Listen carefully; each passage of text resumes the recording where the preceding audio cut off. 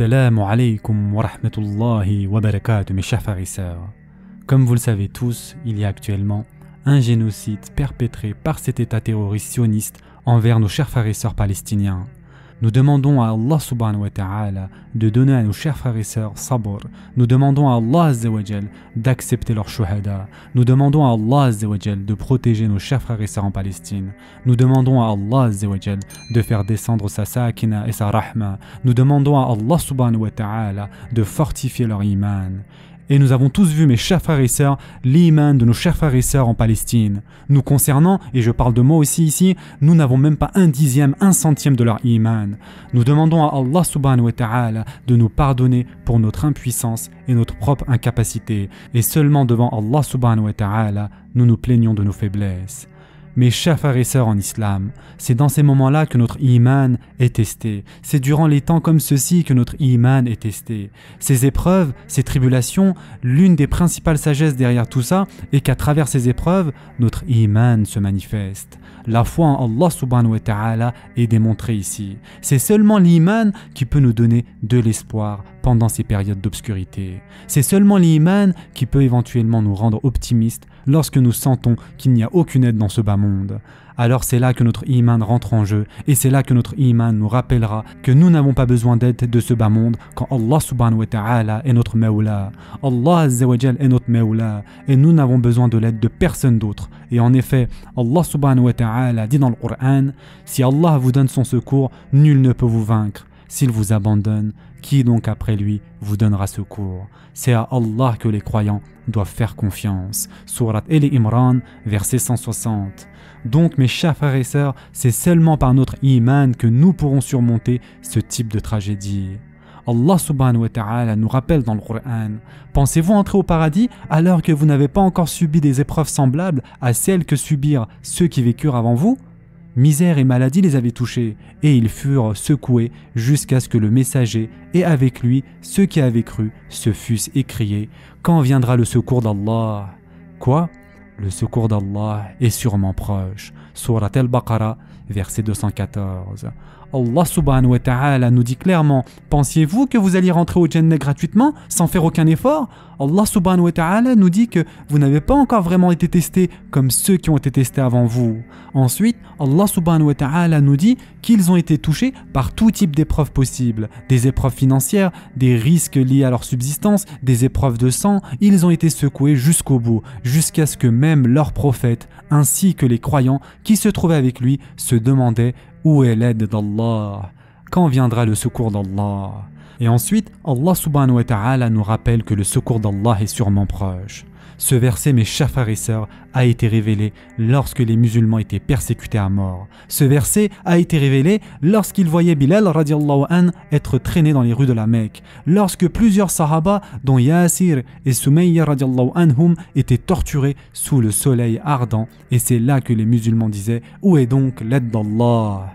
Et c'est là qu'Allah azza wa jalla a révélé « Pensiez-vous que le Jannah est si facile d'accès? Pensiez-vous vraiment rentrer aussi facilement au Jannah?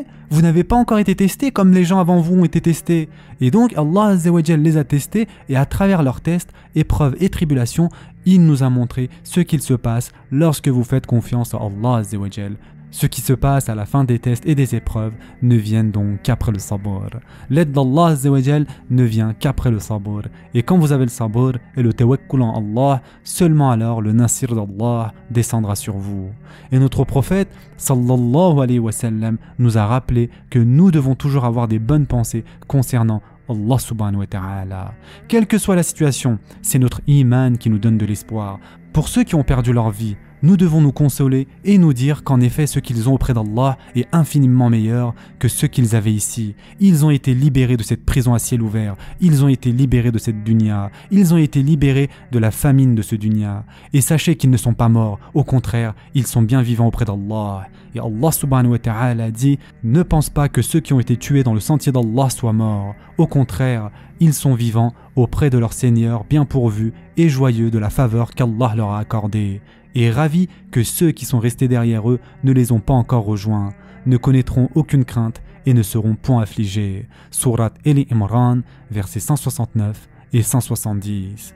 Nous avons donc la certitude en Allah Azza wa Jal que toutes les personnes qui ont perdu la vie, environ 3500 personnes à l'heure actuelle, mais aussi au cours de ces dernières décennies, nous sommes certains qu'ils ne sont pas morts. Leur vie est maintenant plus réelle que nos vies à nous, et leur plaisir et leur ni'ma dans lequel ils se trouvent est infiniment meilleur que tout ce que nous pouvons imaginer. Et donc, pour ceux qui sont partis, nous faisons des doigts pour eux, et nous savons qu'ils sont dans un endroit meilleur, et pour ceux qui restent, nous faisons des doigts pour qu'Allah Azza wa Jal leur donne le sabr, et pour ceux qui commettent des actes de zulm, ceux qui commettent ces atrocités, soyez certains mes chers frères et sœurs qu'ils vont devoir rendre des comptes. Allah subhanahu wa ta'ala a dit « Et ne pense point qu'Allah soit inattentif à ce que font les injustes. Il leur accordera un délai jusqu'au jour où leurs regards se figeront. » Surat Ibrahim, verset 42. De plus, notre prophète sallallahu alayhi wa sallam a dit qu'Allah Azza wa Jal leur accorde parfois un peu de temps aux zalim, mais il ne le lâche jamais. Il lui donne une certaine marge de manœuvre, mais il ne le lâche jamais jusqu'à ce que finalement, quand il s'accroche à lui, il lui donne un jugement et une comptabilité sévère. Et Allah subhanahu wa ta'ala a réconforté les croyants dans la sourate Az-Zukhruf. Allah subhanahu wa ta'ala a dit qu'il n'y a que deux options possibles. C'est soit l'un, soit l'autre. Et en effet, Allah Azza wa Jal dit soit que nous t'enlevons, c'est-à-dire te ferons mourir, et alors nous nous vengerons d'eux, ou bien que nous te ferons voir ce que nous leur avons promis, c'est-à-dire le châtiment, car nous avons sur eux un pouvoir certain. Surat Az-Zukhruf, versets 41 et 42. Donc Allah subhanahu wa ta'ala dit explicitement ici que pour ceux qui mourront ici, ne vous inquiétez pas, nous obtiendrons la vengeance en votre nom. Allah subhanahu wa ta'ala se chargera pour eux de leur vengeance dans cette dunya. Et c'est vraiment là un verset qui nous donne du réconfort, mes chers frères et sœurs. Allah subhanahu wa ta'ala s'adresse ici aux premiers musulmans et il dit « Vous n'allez pas tous voir la conquête de la Mecque. Vous allez être nombreux à ne pas voir les conquêtes dans ce bas monde. Mais ne vous inquiétez pas, si vous mourrez, nous nous vengerons pour vous. Vos vies ne seront pas vaines. Allah subhanahu wa ta'ala s'occupera de ceux qui vous ont pris la vie.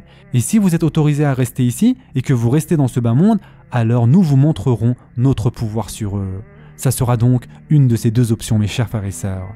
Soit vous allez vous en aller de ce bas monde et c'est dans l'akhira que vous verrez le jugement, ou bien alors dans ce monde, vous verrez le pouvoir qu'Allah subhanahu wa ta'ala a sur eux. Et qu'est-ce que nous devons faire? Allah subhanahu wa ta'ala dit dans la sourate Az-Zukhruf: tiens fermement à ce qui t'a été révélé, car tu es sur le droit chemin. Sourate Az-Zukhruf, verset 43. Mes chers frères et sœurs en islam, à la lumière des tragédies d'aujourd'hui, et Allah subhanahu wa ta'ala seul sait ce que nous allons voir dans les prochains jours et dans les prochaines semaines, nous devons parler de 3 points très importants qui ne sont pas forcément liés, mais qui seront pertinents, incha'Allah. Tout d'abord, nous devons avant tout reconnaître qu'il y a une sagesse dans ce qu'il se passe. Rien que le fait d'en parler est très douloureux et wallahi mes chers frères et sœurs, nos cœurs saignent. Mais le Coran nous enseigne, la Sunna et la Sira nous enseignent que nous devons toujours présumer que dans chaque calamité, il y a beaucoup plus d'avantages que de malheurs, qu'il y a beaucoup plus d'avantages que des désavantages. Même si des vies ont été perdues, même si notre honneur a été sali, même si du mal a été fait, sachez que le résultat sera toujours meilleur pour la Ummah. Et ceci, mes chers frères et sœurs, est un thème qui est constant durant toute la Sira. Par exemple, Allah subhanahu wa ta'ala mentionne quand l'un des incidents les plus tragiques de la Sira, c'est-à-dire lorsque la calomnie de Aïcha radiallahu anha s'est produite, Allah subhanahu wa ta'ala a révélé dans le Coran: ceux qui sont venus avec la calomnie sont un groupe d'entre vous. Ne pensez pas que c'est un mal pour vous, mais plutôt c'est un bien pour vous. Surat An-Nur, verset 11. Allah subhanahu wa ta'ala dit explicitement: ne pensez pas que ce qui s'est passé est mauvais, c'est un avantage pour vous. Et nous avons vu le bien qui s'en est découlé dans la Sira. Ou encore par exemple, après Hudaybiyah, qui était l'un des moments les plus difficiles pour les Sahaba. Les Sahaba étaient si tragiquement déprimés qu'ils étaient tristes à un tel point que même Omar ibn al-Khattab radiallahu an a élevé la voix et il a dit: comment cela peut-il arriver, Ya Rasulallah? Ne sommes-nous pas sur la vérité et eux sur le batil? Même Omar radiallahu an a perdu son sang-froid et il a élevé la voix. Abu Bakr radiallahu an a dû le calmer en le tenant fermement et il lui a dit de se taire. Ses émotions ont pris le dessus sur lui. Et Omar radiallahu an a dit: comment cela peut-il se produire, Ya Rasulallah? Comment cela peut-il nous arriver? Et qu'est-ce qu'Allah Azza wa Jalla a révélé quand les Sahaba se sentaient si déprimés, quand ils étaient au plus bas, quand ils pensaient que Hudaybiyah était une grosse défaite pour eux, une grosse perte pour eux? Allah Azza wa Jalla a révélé l'une des sourates les plus optimistes de tout le Coran. En vérité, nous t'avons accordé une victoire éclatante. Allah subhanahu wa ta'ala dit que ce n'est pas une défaite, non, c'est une victoire. Ce n'est pas une défaite, c'est une victoire. Même si lorsque cela s'est produit, ils n'avaient aucune idée de comment cela pouvait être une victoire. Mais comme la Sira nous le montre, comme nous l'avons vu, cet incident s'est avéré être la plus grande victoire pour les musulmans. Même si ce n'était pas une victoire militaire, c'était une victoire politique, c'était une victoire médiatique, c'était une victoire de da'wah, comme nous l'avons vu dans la Sira. Le fait est que, quand ils étaient au plus bas, Allah subhanahu wa ta'ala a dit « Non, ceci est une victoire, ce n'est pas une défaite ». La même chose s'est produite lors de la bataille de Uhud. Encore une fois, une période très tragique. Encore une fois, une période très triste. Et pourtant, Allah subhanahu wa ta'ala a révélé qu'il y avait une sagesse dans cet événement. En effet, Allah subhanahu wa ta'ala a dit « Et tout ce que vous avez subi, le jour où les deux troupes se rencontrèrent, c'est par la permission d'Allah. Et afin qu'il distingue les croyants, qu'il distingue les hypocrites. » Surat Al-Imran, verset 166. L'une des sagesses était donc de pouvoir distinguer les vrais croyants des vrais hypocrites. Il y avait une sagesse dans la bataille de Uhud. Et quelle était cette sagesse? Les musulmans ne savaient pas et n'avaient pas reconnu à quel point cette cinquième colonne au sein de leur propre rang était mauvaise. Ce groupe qui fut plus tard appelé les hypocrites, les munafiqoun. Lorsque la bataille de Uhud s'est produite, ils ne connaissaient pas le terme munafiqoun, hypocrite, lorsque cela s'est produit. Ce terme était totalement inconnu d'eux. Yani, ils n'ont jamais pensé qu'il y avait quelque chose appelé munafiqoun, hypocrite. Et Allah Azza wa Jal dit essentiellement dans le Coran, dans les mots que je reformule, j'avais besoin de vous montrer à quel point ces gens étaient mauvais. Vous deviez voir que ces gens-là étaient capables de vous poignarder dans le dos, qu'ils vous tourneraient littéralement le dos et vous quitteraient. J'avais besoin que vous reconnaissiez à quel point les hypocrites étaient mauvais. Et dans le Coran, donc Allah subhanahu wa ta'ala mentionne une des sagesses de la bataille de Uhud. Cela afin que vous connaissiez la réalité de ceux qui ont fait nifaq, c'est-à-dire de l'hypocrisie. Et donc, mes chers frères et sœurs, une des sagesses spécialement pour nous, en dehors de la zone qui se déroule, l'une des sagesses que nous devons apprécier à la lumière de la bataille de Uhud, est la réalité de ceux qui sont du côté d'Allah Azza wa Jal et du messager sallallahu alayhi wa sallam, du côté de la Ummah par rapport à ceux qui sont du côté de l'oppresseur. Il est maintenant temps de dénoncer mes chers frères et sœurs et de montrer ce qu'il en est. Il est maintenant temps de voir la réalité. Qui parle pour défendre les personnes qui sont tuées? Et qui sont ceux qui restent silencieux? Qui sont ceux qui restent dans le silence à un tel point qu'on croirait qu'ils sont muets? Il est maintenant temps de dénoncer ces gens qui, au lieu de se ranger du côté des opprimés, ils sautent par-dessus ces opprimés et ils veulent établir des liens avec le régime de l'apartheid. Ils veulent établir des relations avec ces oppresseurs et ils préfèrent largement tourner le dos à une cause qui était l'une des plus importantes causes de la Ummah et ce depuis 80 ans. Depuis 80 années, la Ummah était en quelque sorte, mes chers frères et sœurs, unis d'une certaine manière ou d'une autre. Depuis 80 années, le musulman et le fasiq, celui qui pratiquait et même celui qui ne pratiquait pas, la totalité de la Ummah était unie pour cette cause-là. C'est une cause qui nous est très chère à nos cœurs. Cependant, ce n'est qu'au cours de ces dernières années que la rhétorique a totalement changé et nous avons vu de nos propres yeux des groupes de personnes qui veulent normaliser les relations avec l'oppresseur et qui veulent tourner le dos aux opprimés. Et wallahi, c'est une bénédiction pour nous de voir la réalité des choses, de comprendre ce qu'il se passe ici. Et nous voyons cette réalité maintenant. Comment pouvez-vous normaliser avec des groupes de personnes qui vont bombarder en toute impunité des enfants dans les hôpitaux? Comment pouvez-vous normaliser avec le régime le plus oppressif de la planète actuellement? Nous devons donc le dénoncer et dire que si ceci n'est pas nifaq, alors qu'est-ce que le nifaq, mes chers frères et sœurs? Et mes chers frères et sœurs en islam, vous savez que je ne suis pas quelqu'un qui parle de politique, mais wallahi c'est honteux, c'est honteux, c'est honteux que ceux qui sont en position de pouvoir aient négligé leur pouvoir. Comment répondront-ils devant Allah Azza wa Jal? Quelle était la valeur de ce pouvoir? Quelle était la valeur de leur armée? Quelle était la valeur de l'izzah qu'ils avaient? Où sont donc les royaumes? Où sont donc les moulouks? Et où sont donc les présidents en ce moment? Wallahi, honte à vous, et je ne vise pas une communauté en particulier. Soyons clairs ici, ils sont tous au même niveau à mes yeux. Où est le sultan des opprimés et des musulmans? Où sont donc ces divers rois? Se cachent-ils tous dans leur royaume? Pas une seule personne ne s'est levée et à travers laquelle nous aurions pu avoir un semblant d'Izzah. Nous, c'est-à-dire les citoyens, nous utilisons nos plateformes, nous utilisons nos voix, quoi que nous ayons. Qu'en est-il de ceux à qui ont été données une voix beaucoup plus puissante? Qu'en est-il à ceux qui ont un véritable pouvoir? Qu'en est-il à ceux qui ont une véritable puissance sur la table politique? Comment pouvez-vous, à ce stade, ignorer ce qu'il se passe? Mais nous voyons la réalité de ces personnes et donc nous y prêtons attention. Tout comme les Sahaba l'ont compris lors de la bataille de Uhud, la réalité du groupe des Munafiqoun. Nous interpellons également ces personnes et leur disons que si maintenant votre politique et si maintenant vos positions ne nous sont pas utiles, alors pourquoi avons-nous besoin de vous ? Quelle est donc votre véritable valeur ? En réalité, votre présence est plus nuisible pour nous que votre absence, et j'appelle particulièrement les musulmans qui ont été élus à des postes de pouvoir dans les pays occidentaux. Nous avons tous dit qu'il y avait un certain avantage à ce que les musulmans soient là, et Inch'Allah, il y a un certain avantage pour ceux qui font quelque chose. Mais si vous restez absolument silencieux, si vous ne faites absolument rien, et je vais être clair ici, je comprends que les politiciens élus ne peuvent pas parler comme je parle en ce moment. Je comprends le politiquement correct, mais quelque chose doit être fait. Montrez votre conscience. Vous allez devoir répondre à Allah subhanahu wa ta'ala, pas à moi, pas aux électeurs. Allah subhanahu wa ta'ala vous a mis là. C'est Allah qui vous donne le pouvoir. Allah azza wa jal vous a donné un minimum de respect dans toutes ces terres. Dans chaque pays occidental, il y a des politiciens musulmans. Et je leur demande en particulier quelle est la valeur de votre présence dans la politique si quand nous avons le plus besoin de vous, nous n'entendons que le silence. Et mes chers frères et sœurs, notez qui ont décidé de rester silencieux et de se taire. Notez ceux qui n'ont rien dit, qui n'ont rien fait pour nous, car nous n'avons pas besoin d'eux. Nous n'avons pas besoin de ces personnes-là. Que ce soit bien clair, mes chers frères et sœurs, nous n'allons pas juste être contents parce qu'un musulman est en politique ou parce qu'un musulman a été élu et nous dire que c'est bon pour nous. Non, wallahi, si à ce stade et à ce moment-là, ces personnes, ces gens ne peuvent rien faire, alors nous préférons avoir un non-musulman en politique et faire ce qu'il veut. Cela nous empêchera au moins de saigner de l'intérieur et de voir parmi nous un traître. La deuxième réalité, et encore une fois, ce sont des réalités embarrassantes, mes chers frères et sœurs, et je reconnais que les émotions sont fortes, je reconnais que parfois des choses sont dites et qu'Allah azza wa jal nous protège tous.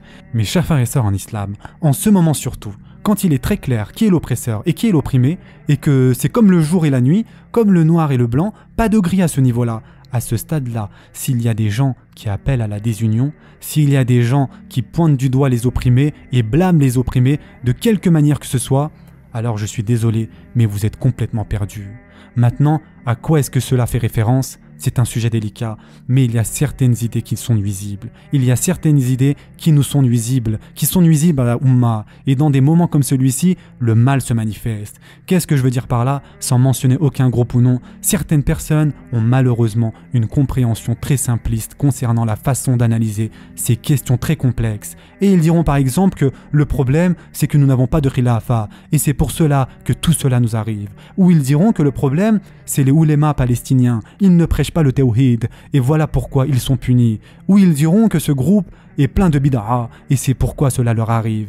Mes chers frères et sœurs en islam, ce type de rhétorique, à ce stade-là, yani, avec tout ce qui se passe à l'heure actuelle, même si cela vient de bonnes intentions, wallahi, vous faites du mal à la Ummah. Vous faites du mal à la Ummah. Maintenant, je comprends très bien que certaines personnes trouvent du réconfort dans une analyse aussi simpliste, parce que c'est un problème très compliqué, et sauter sur une solution très simple est très facile à faire. Et dire que le problème, c'est que les ulémas suivent une compréhension différente de l'islam, le problème est que ces personnes ne cherchent pas le khilafa, le problème est que ces personnes ne prêchent pas la bonne version du tawhid, et je comprends que l'esprit de certaines personnes aime trouver du réconfort dans des notions vraiment simplistes. Cependant, nous vivons dans un monde vraiment compliqué. Mais préférer trouver des slogans simples et dire si seulement ils appelaient les gens au tawhid, alors tout cela ne leur serait pas arrivé. Mais qu'est-ce donc cette façon de penser ? Mes chers frères et sœurs en islam qui suivent ce genre d'interprétation, et j'essaye d'être doux ici, pour l'amour d'Allah, demandez à votre fitra, demandez à votre sens commun qu'Allah vous a donné. Vous allez blâmer ces gens parce qu'ils suivent une compréhension différente de l'islam, vous allez blâmer les bombes qui tombent sur eux parce que vous pensez qu'ils n'établissent pas le khilafa, et donc la priorité maintenant c'est de les ignorer et de penser à mettre en place un khilafa. Un cheikh célèbre notamment a dit, il est assez célèbre, ce sont des gens bien connus, cette personne a dit que le problème c'est qu'ils n'ont pas compris le tawhid. S'ils avaient compris le tawhid, ils auraient trouvé la solution. Et encore une fois, j'essaye d'être pas trop dur ici, mais une génération dont les femmes sont prêtes à sacrifier leurs enfants pour Allah subhanahu wa ta'ala, une génération qui depuis 80 années, qui a versé son sang et qui continue de verser son sang pour le kalima, une entière communauté dont la confiance totale en Allah subhanahu wa ta'ala n'a pas été ébranlée après tout ce qui s'est passé, et vous osez venir et vous dites qui n'ont pas compris le tawhid, la hawla wa la quwwata illa billah. Ces gens-là ont manifesté leur iman et leur tawhid 1 million de fois mieux que vous tous réunis avec vos livres Kitab al-Tawhid. Il faut être franc ici mes chers frères et sœurs, c'est la réalité. C'est une maladie et un problème où vous allez blâmer une population qui est bombardée parce qu'elle suit une compréhension différente de l'islam. S'il vous plaît mes chers frères et sœurs, je ne veux pas être trop dur ici, mais ouvrez votre esprit. Le problème n'est pas dans une compréhension très simpliste, qu'ils ont ceci, qu'ils n'ont pas cela. Non, le problème c'est l'occupant. Le problème ce sont les bombes. Le problème est clair. Et donc si vous, à ce stade, avec tout ce qui se passe, vous blâmez réellement les musulmans qui vivent là-bas, si vous problématisez votre frère et votre sœur musulmans à ce stade, je suis désolé, même si votre niya est bonne, vous êtes la proie de ce qu'ont fait exactement les munafiqoun durant la bataille de Uhud.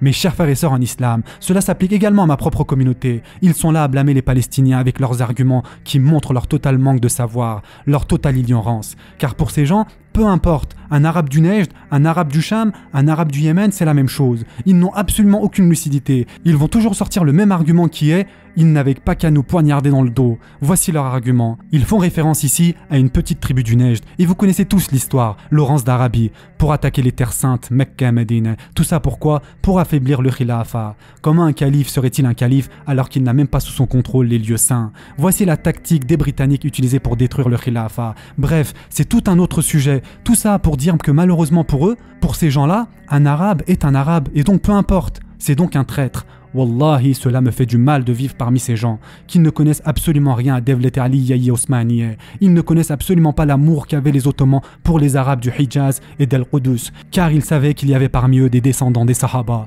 Et donc pour eux, idem, c'est la même chose mes chers frères et sœurs. Si des bombes leur tombent dessus, sur les Palestiniens, c'est parce qu'ils ont poignardé le khilafa dans le dos. Donc ils sont là à blâmer un peuple par rapport à ceux que leurs ancêtres auraient pu faire, or nous savons que ce n'est même pas le cas ici.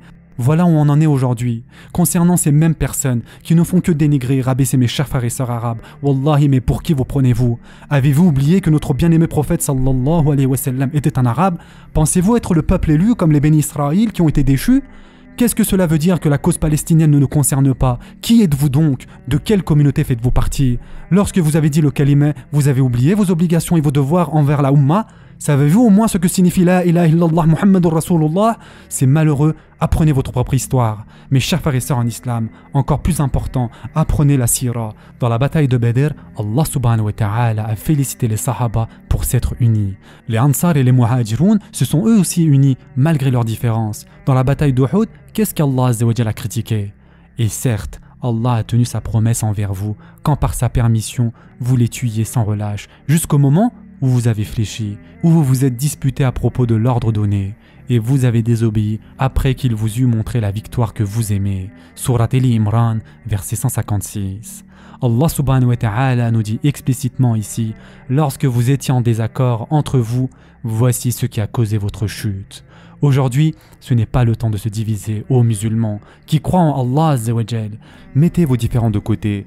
Mettez vos différends pour un autre moment. Ce n'est pas le moment pour ça maintenant. Ne sommes-nous donc pas d'accord pour dire que les gens sont bombardés à cause du kalimah? Soyons unis dans cette affaire. Le véritable ennemi, la vraie menace, n'est pas un autre musulman qui a une compréhension différente de l'islam. La vraie menace, ce sont les gens qui bombardent les gens qu'ils occupent. Et si vous ne pouvez pas voir cela maintenant, alors honnêtement, soit vous avez un problème dans votre iman, soit dans votre sincérité. C'est soit l'un, soit l'autre. Il n'y a pas d'autre possibilité. S'il vous plaît, pour l'amour d'Allah azza wa jal, vous n'avez pas à problématiser les autres musulmans qui ne sont pas d'accord avec votre méthodologie particulière. Parce que c'est ça le problème. Le problème est une fois que vous avez donné une solution qui est incorrecte, par exemple le khilafa ou le tawhid, une fois que vous pensez que la solution est X ou Y, lorsque vous rencontrez d'autres musulmans, et ces musulmans n'appellent pas à votre solution, si vous êtes si étroit d'esprit et que vous pensez que votre solution est la seule, alors je comprends pourquoi vous posez des problèmes aux autres musulmans, car cela se produit en ce moment même. Il y a des gens qui publient des vidéos contre d'autres chouyours et érudits, en disant « Regardez, ces gens disent d'écrire des lettres aux politiciens, ce sont eux les vrais ennemis. » Subhanallah. Même si vous n'êtes pas d'accord, vous n'avez pas besoin d'appeler les autres musulmans d'ennemis. Ne créez pas la division au sein de la Ummah. C'est mon deuxième point. Nous devons donc être unis et cela m'amène au troisième point et dernier point. Que pouvons-nous donc faire? C'est la grande question, n'est-ce pas? il ne fait aucun doute qu'au niveau individuel, la priorité pour nous tous, au niveau individuel, est que nous devrions être motivés à être beaucoup plus spirituels. Notre iman devrait être beaucoup plus fort. Nos prières, nos doigts, notre ilm, notre taqwa, il ne fait aucun doute que c'est une priorité à chacun de nous. Et on doit tous le faire. Et nous croyons fermement que c'est le mécanisme principal par lequel nous nous soulèverons. Il n'y a rien qui rivalise avec cela. Mais nous croyons aussi que ce n'est pas assez. Nous savons aussi que certains groupes de la Ummah est en désaccord avec cela et ils pensent que nous devrions seulement faire des doigts et prier. Cependant, comme nous l'avons vu tout au long de la sira, ce n'est pas de cette façon que notre bien-aimé prophète sallallahu alayhi wa sallam agissait. Jamais, mais alors jamais le prophète sallallahu alayhi wa sallam est allé juste prier sans rien faire dans ce dunya et attendre. Il priait tahajjud et durant la journée, il frappait aux portes afin de faire passer le message de l'islam. Il prêchait, il négociait. Mes chers frères et sœurs en islam, prier et faire des doigts ne suffisent pas. C'est seulement la première étape. Nous avons le devoir de faire plus que ça. Nous devons aller au-delà de la prière et des rituels. Certains groupes disent il nous faut le khilafa. D'autres, la politique interne. D'autres, d'aller sur les médias. Certains groupes disent activisme et certains groupes disent des choses qui sont totalement illégales. Mes chers frères et sœurs en islam, la question que l'on doit se poser est qu'est-ce que l'on est capable de faire à notre niveau individuel? Par quoi sommes-nous passionnés? Et par quoi nous nous sentons le plus capables? Si nous avions été là-bas sur place, nos priorités auraient été différentes. Cependant, nous sommes pour la majorité d'entre nous en Occident. Comme vous le savez, sans le soutien de ces pays occidentaux, et principalement les États-Unis d'Amérique et l'Union européenne, jamais ce régime, jamais cet État terroriste ne pourrait se permettre de faire ces atrocités, ces crimes de guerre et ces crimes contre l'humanité. Un génocide est en train de se produire sous nos yeux, mais ces dirigeants-là décident de tourner le regard. La réalité brutale, c'est que sans le soutien de ces pays, que cela nous plaise ou non, cet État sioniste n'aurait pu absolument rien faire. C'est pour cette raison que si nous nous unissons tous, des millions d'entre nous se rassembleraient partout dans le monde et que nous faisions en sorte d'éduquer les gens autour de nous afin qu'ils comprennent ce qu'il se passe vraiment. Mes chers frères et sœurs en islam, regardez la nouvelle génération, en particulier la jeune génération. Ils sont beaucoup plus conscients, ils sont beaucoup plus ouverts d'esprit et c'est la raison pour laquelle nous voyons une telle férocité dans les médias. La raison pour laquelle nous voyons un contraste si frappant, c'est parce qu'ils sont désespérés. Ils savent qu'ils ont perdu la bataille médiatique et qu'ils sont en train de perdre les jeunes et la prochaine génération. Il y a quelques jours, juste après l'attentat contre l'hôpital, ils l'ont loué dans un premier temps. Et quand ils ont vu la réaction et l'ampleur des réactions, ils ont fait marche arrière. Pourquoi ont-ils donc fait marche arrière ? Parce qu'ils ont vu la réaction des gens et qu'ils ont pris peur qu'un soulèvement se prépare. C'est une réalité. Même les régimes qui normalisent les liens avec ces États terroristes, ils se trouvent dans l'obligation de faire certains gestes symboliques, dus à l'opinion publique, et donc ne sous-estimez pas l'opinion publique. Ne sous-estimez pas le pouvoir des citoyens. Que chaque personne fasse ce qui lui est possible de faire à l'échelle individuelle. Réfléchissez, qu'est-ce qui vous passionne? Quelles sont vos ressources à disposition? Dans quoi avez-vous une quelconque autorité? Que ce soit les médias, en politique, en activisme, il y a du bon dans chacune de ces activités-là. Il y a du bon dans chacune de ces choses-là, et donc nous devons faire quelque chose. Nous n'avons pas le luxe de simplement nous asseoir et d'attendre alors que nos chers frères et sœurs subissent un génocide. Jamais auparavant, les voix palestiniennes et la partie palestinienne n'ont reçu autant d'attention, mes chers frères et sœurs, et ceci nous donne de l'espoir pour le futur. C'est la première fois que des Palestiniens et des Arabes sont mis dans les grands médias publics. Même s'ils sont interrogés partiellement, même s'ils sont interrogés pour la toute première fois, regardez et lisez les commentaires qui se trouvent en dessous. Regardez la réalité des médias, regardez la réalité des réseaux sociaux, et en particulier la jeunesse. Nous constatons un mouvement de masse, de véritable sympathie parmi les personnes extérieures à notre foi, et même parmi de nombreux Israéliens et de nombreux Juifs. Il y a des manifestations du peuple juif contre le sionisme, et ceci est encore une fois relativement nouveau. Il y a encore quelques jours, à la Maison Blanche, à Washington DC, un groupe juif a fait pression et ils ont dit qu'ils ne voulaient pas que leur argent, leurs taxes soient utilisés pour cela, qu'ils soient dépensés là-bas en Israël. Et donc, mes chers frères et sœurs en islam, notre cœur devrait être uni. Wallahi, nous avons tous le même but, et c'est le traitement inhumain de plus de 2 millions de personnes qui vivent là-bas. Vous n'avez même pas nécessairement besoin de mentionner l'islam. Lorsque vous parlez à vos voisins et à vos proches, vous pouvez introduire ce sujet par le biais de l'humanité, bien sûr. Si nous parlons aux musulmans, nous parlons d'islam et de Masjid al-Aqsa. En fin de compte, mes chers frères et sœurs en islam, nous ne devrions pas nous décourager. Nous ne devrions pas être découragés. Et oui, Wallahi, notre cœur saigne. C'est douloureux. Comme le prophète sallallahu alayhi wa sallam a dit, le cœur est triste, les yeux pleurent, mais la langue ne dira que ce qui plaît à Allah subhanahu wa ta'ala. Inch'Allah ta'ala, le futur va être beaucoup mieux. Nous aurons un futur brillant, Inch'Allah ta'ala. Comme Allah subhanahu wa ta'ala le dit dans le Coran, ne pense pas que ce soit du négatif, il y aura du positif. Mes chers frères et sœurs en islam, nous n'avons pas d'autre choix que d'être motivés, d'être inspirés, d'apprendre, d'étudier, de lire, d'écouter des conférences, puis ensuite nous demander comment pouvons-nous contribuer à cela. À mon niveau, qu'est-ce que je peux faire ? Parler aux autres également, organiser des manifestations. À notre échelle, chacun de nous peut contribuer et surtout, ne tombez pas dans le piège de banaliser ces petites actions.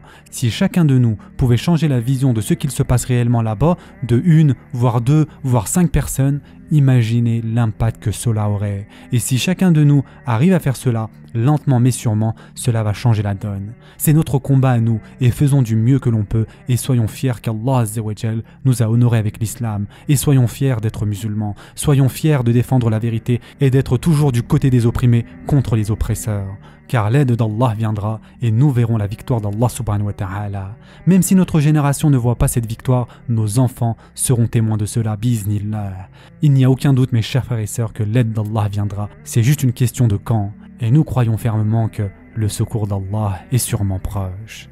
Et nous faisons des doigts à Allah subhanahu wa ta'ala pour nous permettre d'être des instruments par le biais duquel cela se réalise. Nous demandons à Allah subhanahu wa ta'ala de faire de nous ceux dont la piété et la taqwa et l'iman deviennent un modèle pour les autres. Nous demandons à Allah subhanahu wa ta'ala de nous donner le courage de dire la vérité, d'agir sur la vérité et de faire respecter la vérité. Nous cherchons refuge auprès d'Allah azza wa jal contre la lâcheté de l'hypocrisie. Nous cherchons refuge auprès d'Allah azza wa jal contre la dissimulation de notre iman, surtout en ces temps-là. Nous cherchons refuge auprès d'Allah contre l'évitement et la fuite de nos batailles intellectuelles et nous demandons à Allah Azza wa Jal la sagesse, nous demandons à Allah Azza wa Jal la victoire. Et en effet, Hasbunallah wa ni'mal wakil wa ni'mal mawla wa ni'mal nasir. Ce sera tout pour aujourd'hui. En attendant, prenez soin de vous mes chers frères et sœurs et à très prochainement, Inch'Allah.